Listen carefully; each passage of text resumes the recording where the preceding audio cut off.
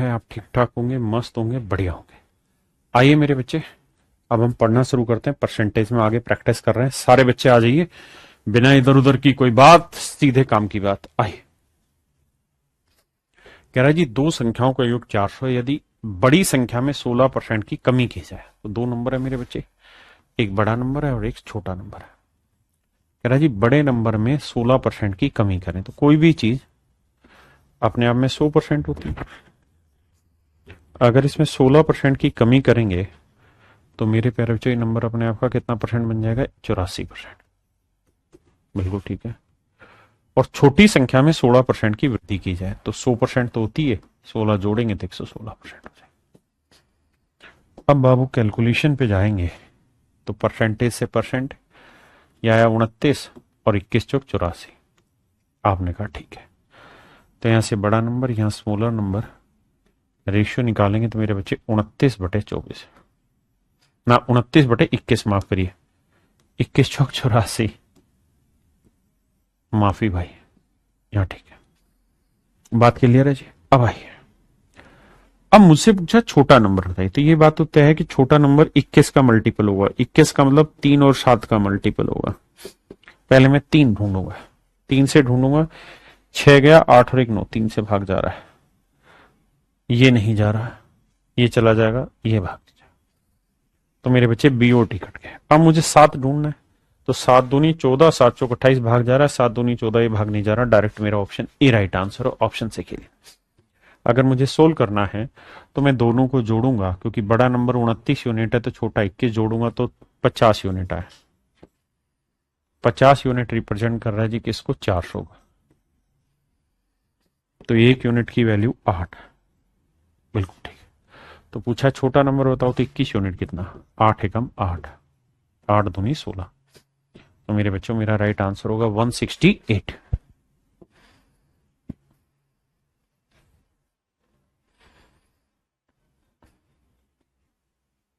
देखिए मेरे भाई, सवाल में कह रहा है स्टूडेंट ए गॉट 25% ना sorry 25 marks more than the student B. कहता है ए के जो नंबर है वो बी से 25 ज्यादा है, और जो ए के नंबर है वो ए और बी दोनों के जो योग है उसके 60% के बराबर है। 60% की फ्रैक्शन होती है 3/5।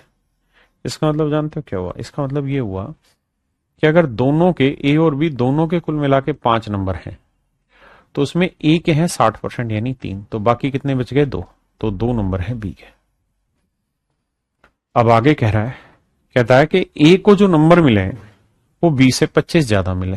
तो यहां डिफरेंस 1 यूनिट का दे रखा है 25, तो 1 यूनिट 25, तो 2 यूनिट 50, 3 यूनिट 75। तो ए के 75 नंबर है तो उसके 50, यानी ऑप्शन बी मेरा राइट आंसर। हाय ना बाबू।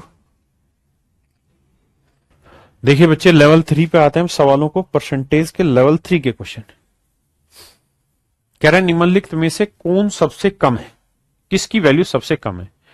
तो जब हम कम ढूंढने जा रहे हैं तो हमें ऐसे देखना चाहिए कि भाई 12% इसका, 10% इसका, 9% इसका, 15% इसका।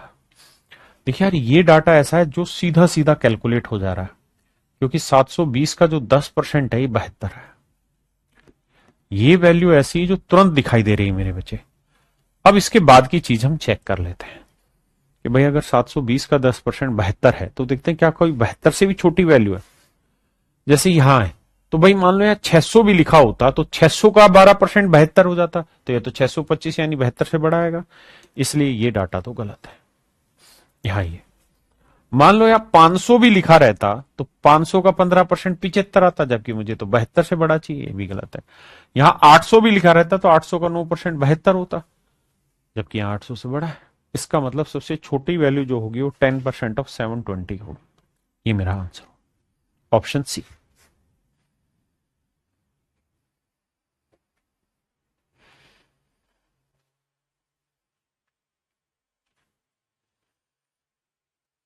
देखिए बाबू,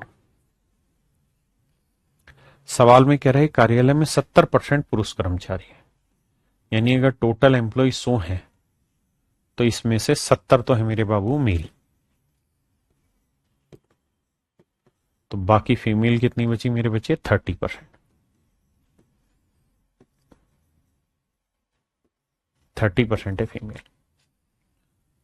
अब कह रहे हैं 70% पुरुषों ने, तो 70 का 70% निकालो कितना आएगा 49, और 30% महिलाओं ने, यानी 30 का 30% 9 महिलाओं ने। कहता है इन लोगों ने कुल मिला के वोट दिया अनुज को, तो अनुज को कितने वोट मिल गए मेरे भाई 58। तो कह रहा है अनुज को कितने परसेंट वोट मिले, तो मेरे भाई 100 का 58 वोट मिलना मतलब 58% वोट मिले। 100 का 58 वोट मिलना मेरे बच्चे 58% वोट मिले।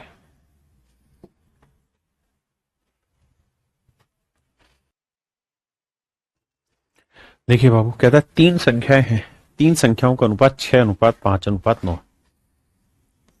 पहला नंबर, सेकंड नंबर और थर्ड नंबर। कहता है जी इनका रेशियो 6:5:9। कहता है पहले नंबर का 20%, कहता है इस नंबर का अगर आप 20% निकालोगे तो नंबर कुछ और नहीं 30 मिलेगा आपको। तो हमसे सवाल में कह रहा है तीसरी और दूसरी संख्या के बीच का अंतर निकालो कितना है, तो भाई 9 और 5 का अंतर कितना है 4 यूनिट। कह रहा है जी इसका भी 50% निकालो, 50% यानी आधा। तो मुझसे मेरे बच्चे सवाल में कह रहा है 2 यूनिट की वैल्यू, तो फिर से समझाता हूं। कह रहा है पहली संख्या के 20% का मान 30 है, तो इन दोनों संख्याओं का अंतर का 50% बताइए क्या होगा, ये मेरे बच्चे सवाल है। तो आप ये बताइए 20% की फ्रैक्शन क्या होती है 1/5। 1/5 यानी मैं ये कह सकता हूं कि 6 यूनिट का 1/5 होगा 6/5 यूनिट। आपने कहा जी बिल्कुल ठीक है। तो 6/5 यूनिट है 30, तो 1 यूनिट की वैल्यू 30/6/5, 5 उलट के ऊपर 6 5 30, 5 5 25, तो 1 यूनिट का मान आया 25। तो 2 यूनिट का मान कितना 25 दूनी 50।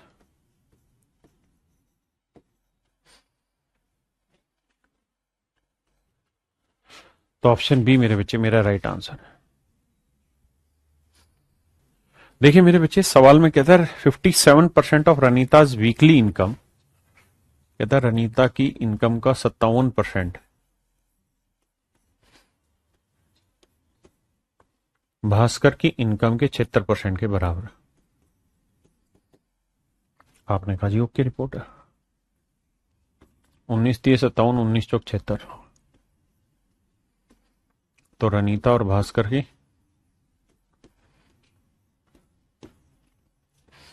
सैलरी का जो रेशियो 4:3 है, यानी मेरे बच्चे रनीता की सैलरी अगर 4 है तो भास्कर की सैलरी होगी 3। अब सवाल में कह रहा है कि रनीता की सैलरी हमने कम कर दी, कितनी कम कर दी 400 रुपए। तो भाई ये सवाल उस टाइप का है जहां हम वो वाले सवाल पढ़ते थे, वाटरमेलन टाइप के क्वेश्चन। वाटरमेलन टाइप के क्वेश्चन मतलब जहां एक चीज कांस्टेंट रहती थी पल्प वाला पार्ट, लेकिन वाटर का पार्ट गिरता था। ऐसे ही कह रहा है कि भास्कर की सैलरी तो कांस्टेंट रही, लेकिन रनीता की सैलरी 400 रुपए घट गई, और कुछ टाइम के बाद इनका जो रेशियो आया निकल के मेरे बच्चों वो आया 6:5। आओ भाई कैसे सेटिंग बैठाएं। तो बाबू भास्कर की सैलरी तो सेम ही रखनी, तो इधर 3 से गुना करो, इधर 5 है, हो गया सेम। तो इधर 5 से, इधर 3 से। तो आप एक चीज नोटिस करोगे कि रनीता की जो सैलरी थी वो पहले 20 यूनिट थी, तब हो गई 18 यूनिट। तो कितने यूनिट की कमी हो गई मेरे बच्चे 2 यूनिट की। तो 2 यूनिट 400 है, तो 1 यूनिट की वैल्यू 200 रुपए। अब हमसे पूछा क्या है, तो कह रहा भास्कर की साप्ताहिक आय क्या है। तो भास्कर की साप्ताहिक आय तो बराबर ही है 15 यूनिट, और 1 यूनिट की वैल्यू 200 है, तो 15 गुना 200 कितना है मेरे बच्चे 3000। तो मेरे प्यारे बच्चों मेरा ऑप्शन डी यहां पे एब्सोल्यूट राइट आंसर।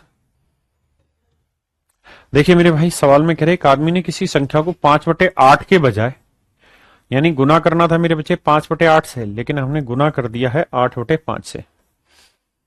तो मैंने क्लास में समझाया था कोई भी एक ऐसा नंबर ले लो जो 5 और 8 दोनों से कटे, जो बटे में 8 और 5 कैल्सियम 40 है। तो 8 से काटेंगे 8 5 40, 25, 5 8 40, 8 8 64। इसका मतलब मेरे प्यारे बच्चों कुल मिला के गिनती जो सोल्व करके लानी थी वो लानी थी 25, लेकिन ले आए 64। तो कितने की गड़बड़ कर दीजिए 39 की गड़बड़। तो मेरे प्यारे बच्चों 39 की गड़बड़ 25 पे, तो 100 पे कितने। तो मेरे राजा 1/25 4% होता है, तो 39/25 39 गुना 39 चौक होता है 156। तो आंसर होगा 156%। तो गलती का जो परसेंटेज था वो 156% था।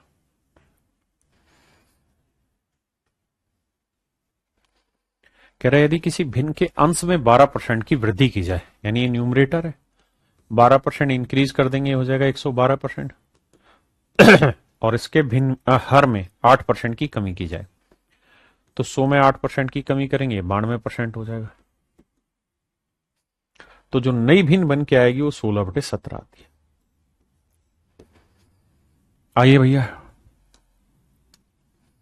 परसेंटेज से परसेंटेज क्या भैया, अब 16 7 112 आया, 8% की कमी 12 की वृद्धि है। अब भैया ये 92 कट रहा है कि नहीं कट रहा, नहीं कट रहा। 17 7 से भी नहीं कट रहा यार। तो ये तो न्यूमरेटर अपॉन डिनोमिनेटर जो आएगा बड़ा गंदा आएगा, 92 ऊपर चला जाएगा और 17 गुना 7 नीचे आ जाएगा 119। 92/119 मेरा राइट आंसर होगा। कहता है किसी भिन्न के अंश में 140% का इंक्रीज किया जाए, तो कोई भी चीज अपने आप में 100% होती है। अगर 140% का इंक्रीज किया तो 100 में 140 जोड़ा 240% हो गया। और हर में 20% की कमी की तो हर हो गया 80%। तो जो फ्रैक्शन थी वो हो गई 12/7। 8 3 24 3 चौक 12। तो आंसर आ गया 4/7 सीधा।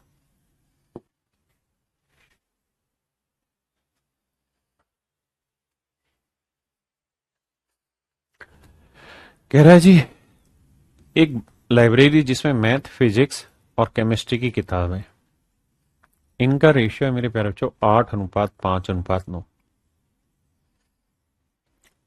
कह रहा है जी इनके अंदर कुछ परसेंटेज इंक्रीज करना है। जब जब ऐसा सवाल हो कि कुछ परसेंटेज इंक्रीज करना है, उठा के मेरे बच्चे इसे 800 500 और 900 मान लो। आपने मान लिया। कह रहा है जी पहले के अंदर हम 10% का इंक्रीज कर रहे हैं, तो ये हो गया 880, क्योंकि 800 का 10% 80 होता है। दूसरे में 5% तो 525, और तीसरे में भी मेरे राजा हम कर रहे हैं 5% का, तो 945। सवाल में हमसे राजा पूछ रहा है क्या कि भाई अब ये बताइए कि नया रेशियो क्या होगा, नया रेशियो क्या होगा। देखो सबसे पहला काम तो ये, नया रेशियो जो भी होगा, ये तो दिखाई दे रहा है कि 9 से भाई 5, जैसे 5 से काटते हैं, 5 से मत काटो, वैसे ही समझ में आएगा, थोड़ा दिमाग दौड़ाना है भाई। ये 5 से कटेगा, 5 से 5 से 5 से सारा कट जाएगा, है ना। और जैसे मैं 5 से काटू तो 5 एकम 5 बचा कितना, 4 5 8 40, 5 9 45, 5 एकम 5 5 बाजू 25, 5 एकम 5 3 बचा, 5 6 30, 5 7 35, 5 6 30 176। बस यार सीधा ही दिखा रहा है। एक तरीका ये था कि मैं लास्ट वाले को 9 4 5 में 9 का मल्टीपल ढूंढ रहा था, और मुझे पता था ये 9 का मल्टीपल है नहीं, तो 9 रहेगा आंसर में। लेकिन मैं जब बता रहा था तभी मैंने देखा कि 117 भी 9 का मल्टीपल है और 189 भी। ये दोनों आंसर तो एक झटके में पता चल रहा था नहीं थे, लेकिन यहां फंस रहे थे। लेकिन फिर भी करना, मतलब करना क्या यार, ये सिंपल है तो इसलिए यहीं से तोड़ने में मजा है। मैं फिर यहाँ ऑप्शन फंसते फिर कहता देखो 115 का मल्टीपल ढूंढो, क्या 525 है या 105 का, तो उतनी मेहनत से बेटर है कि सीधा करते। एक चीज और कर सकते थे हम यहां, वो ये कि ये इकलौता ऐसा नंबर था जो 11 से भाग हो रहा है, तो फिर मैं ऑप्शन से देखता कौन सा ऑप्शन 11 से भाग हो रहा है, तो यही हो रहा था। लेकिन सच बात यह कि जहां सिंपल सवाल हो, सीधा सीधा हो रहा, सीधा सीधा करो, उसमें मत कानून लगाओ, क्योंकि वो टाइम खराब कर देगा आपका। आइए मेरे बच्चे, अब हम आते हैं टाइप 2 पे। टाइप 1 में सारे बेसिक क्वेश्चन थे जो मैंने आपको डिस्कस करा दिए। अब हम टाइप 2 पर आ रहे हैं। आइए जल्दी से टाइप 2 का पहला सवाल लेते हैं। कहता pass percentage of an examination is 35%। कहता 35% वाला बच्चा पास है। एक बच्चे 210 नंबर आए और 14 नंबरों से फेल हो गया। मैक्सिमम मार्क्स बताओ। तो देखो यार 210 नंबर आ गए एक बच्चे, लेकिन 14 नंबर से फेल रह गया। मतलब कितने नंबर ले आता, 224 नंबर ले आता तो पास हो जाता। और ये 224 नंबर किसको रिप्रेजेंट कर रहे हैं, तो आपका जवाब होगा पास परसेंटेज को। पास कितने परसेंटेज पे हो रहा है, 35%। 35% की फ्रैक्शन क्या हो रही है, 5%, 1/20, 35 होता है 7/20। इसका मतलब 20 नंबर अगर मैक्सिमम है तो 7 नंबर वाला पास है, तो 7 यूनिट इतने को रिप्रेजेंट कर रहे थे, एक की वैल्यू कितनी, तो 20 की वैल्यू कितनी। हाँ जी, अब देखिए यार, काट पीटने में ही आसानी है। 7 या 21, 7 दूनी 14, 32 दूनी 64, 640, यानी मैक्सिमम मार्क्स होंगे मेरे बच्चे 640। आइए भाई, कहता है John got 20% marks in an examination and fail by 10 marks. कहता है जॉन के 20% नंबर आए लेकिन 10 नंबर से फेल हो गया। कहता है जैक को 35% नंबर मिले लेकिन उसके 20 नंबर ज्यादा आ गए। Find the percentage of minimum marks. देखिए यार, सोल्व करते हैं।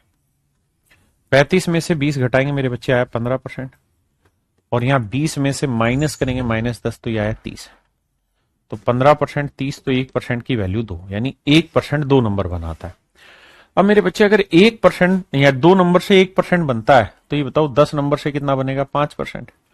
यानी एक बच्चे के 20% तो आए लेकिन 5 की कमी, मतलब 25% नंबर लाने वाला बच्चा पास हो गया। 25% नंबर लाने वाला बच्चा पास। कहता राजीव ने एक परीक्षा में 20% अंक प्राप्त किए और 25 अंकों से अनुत्तीर्ण हो गया। कह रहा जी 20% नंबर लाया लेकिन 25 नंबर से फेल हो गया। यदि वे 50% नंबर ले आता, राजा 50% नंबर ले आता, तो 20 नंबर उसके फालतू आ जाते, 20 अंक अधिक आ जाते। तो कह रहा जी बताओ उत्तीर्ण अंक क्या है, पासिंग मार्क्स क्या है, पासिंग परसेंटेज क्या है। अच्छा, पासिंग मार्क्स ही पूछने लग रहा। तो देखो राजा, 20 और 50 का डिफरेंस आया 30%। तो 30% बेसिकली डिपेंड कर रहा है 20, 20 माइनस 25 यानी 45 को। तो 1% की वैल्यू जो आई वो आई 45/30। 15 दूनी 45, 15 तीय 30, ना 15 तीय 45, 15 दूनी 30, यानी 3/2 नंबर से मेरे बच्चों 1% बनता है।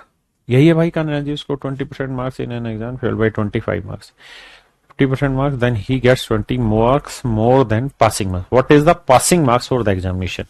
तो कहता है एग्जाम पास करने के लिए कितने नंबर की जरूरत है। अब 1% की वैल्यू मेरे बच्चे 3/2 है, तो 20% की वैल्यू क्या हुई, तो 20 गुना 3/2,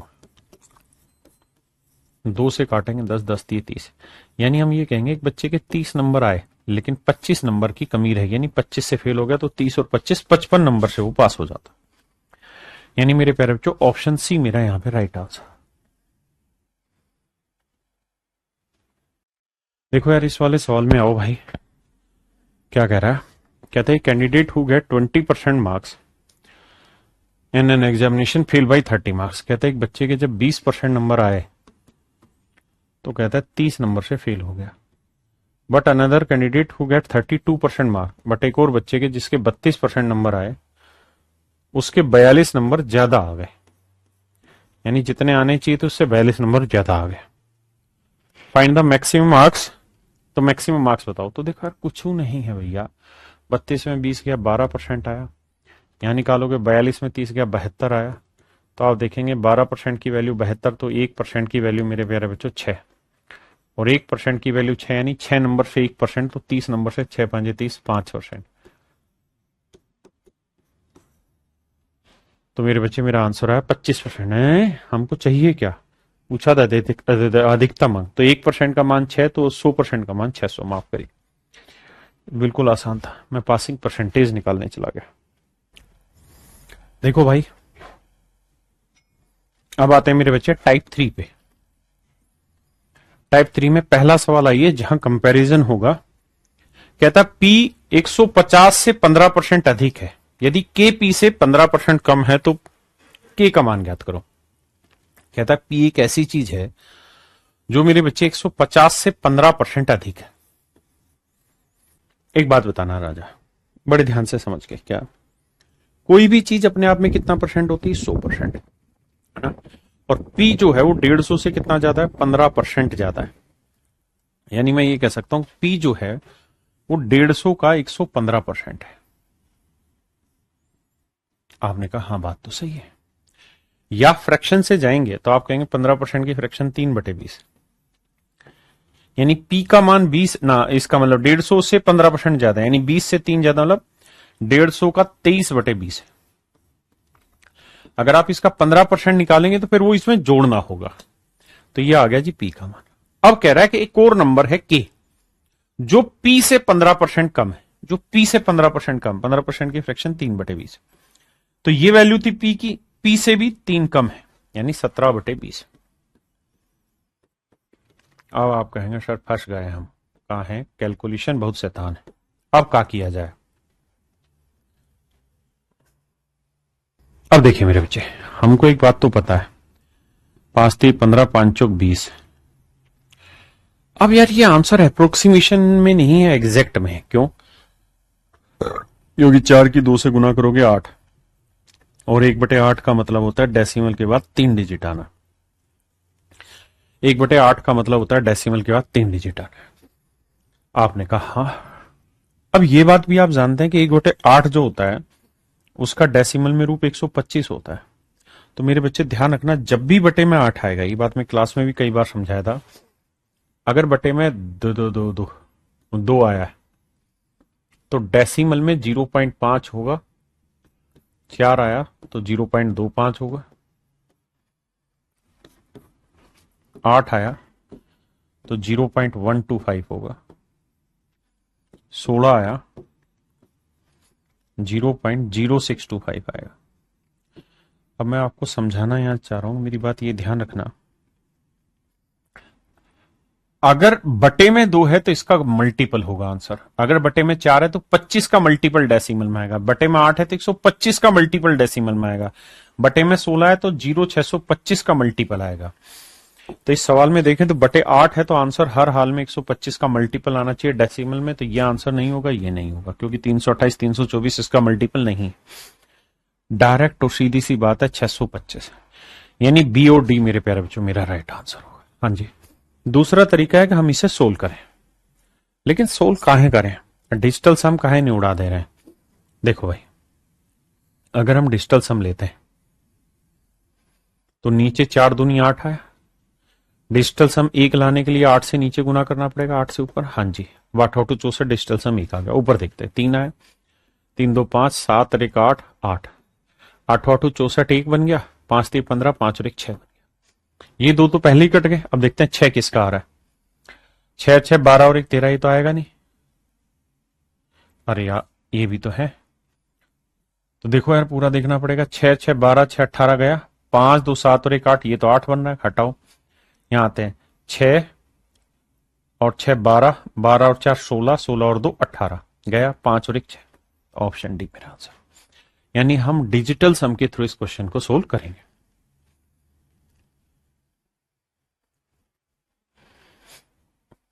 आइए बाबा, कह रहा there are 3 numbers P, Q and R, 30% of P is equal to 15% of Q।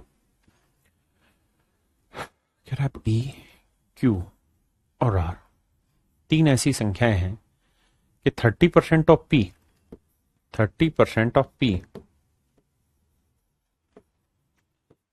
30% of P is equal to 15% of Q। 15 दूनी 30, तो P अपॉन Q का रेशियो क्या है 1/2। P का मान 1 है तो Q का मान मेरे बच्चे 2। हाँ जी।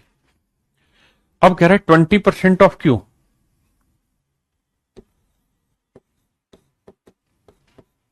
20% of Q is equal to 10% of R।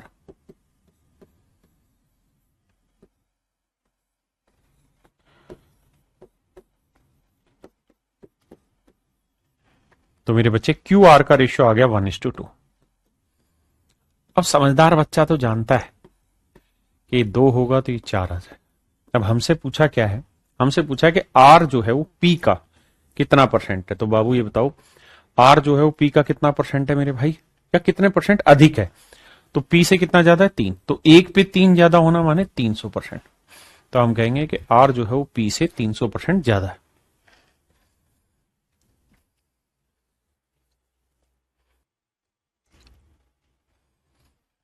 देखिए मेरे बच्चे, कह रहा है यदि 2 मेजों की कीमत 2400 रुपए, कहता है जी 2 मेजों की कीमत 2400 रुपए, the cost of 2 table is ₹2400। अगर 2 टेबल 2400 की है तो 8 टेबल कितने की होंगी? 4 गुना, तो 24 चौकू 9600। इसका मतलब मैं ये बात कह सकता हूं कि सर 8 टेबल जो होंगी उनकी कॉस्ट 9600 रुपए होगी। तो जो 15 चेयर होंगी उनकी कॉस्ट क्या होगी, ये हमें निकालना है। अब सवाल में कह रहा है 15 कुर्सियों की कीमत 8 मेजों की कीमत से 20% ज्यादा है। 20% की फ्रैक्शन 1/5, यानी 8 मेजों की कीमत 5 है तो 15 कुर्सियों की कीमत 6 होगी। तो 5 यूनिट 9600, तो 1 यूनिट कितना? 9600/5, तो 6 यूनिट की वैल्यू कितनी? ये हमारा सवाल है, ये हमारा सवाल है। देखो यार, सबसे पहली बात तो ये कि अगर मैं इस सवाल को करने जाऊं तो मैं क्या क्या चीजें देख सकता हूं।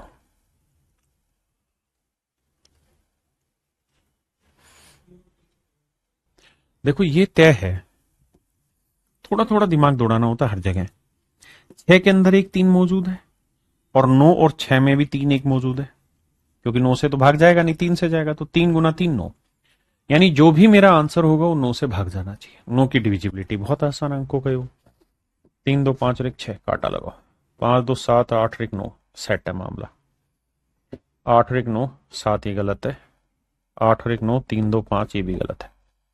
तो मेरे बच्चे केवल और केवल ऑप्शन सी मेरा राइट आंसर।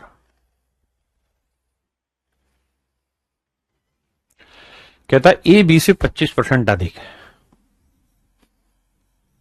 ए बी से 25% अधिक है। 25% की फ्रैक्शन 1/4, यानी बी की वैल्यू 4 है तो ए की वैल्यू 1 ज्यादा, मतलब कितनी है? 5।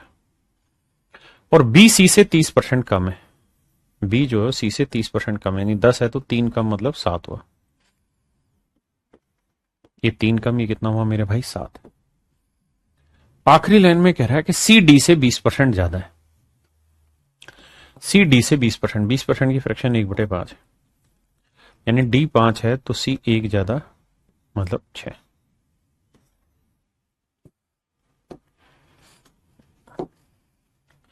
ये 4 है तो ये भी 4 है, ये भी 4।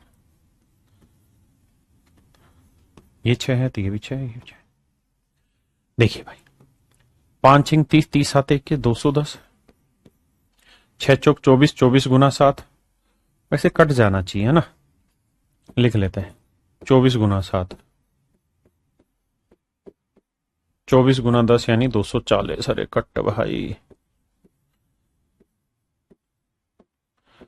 200। जो कट रहा है उसे काटते हैं, जैसे 2 से काटेंगे 105। ये हमें चाहिए क्या? रेशियो क्यों निकालना हमें यार, है तेरी क्या, हम टाइम खराब कर रहे हैं। हमें इन चीजों की तो जरूरत ही नहीं थी, हमें तो जरूरत ही ए और डी की थी, तो ये सब लिखना ही नहीं है, मतलब कैलकुलेशन करनी ही नहीं है।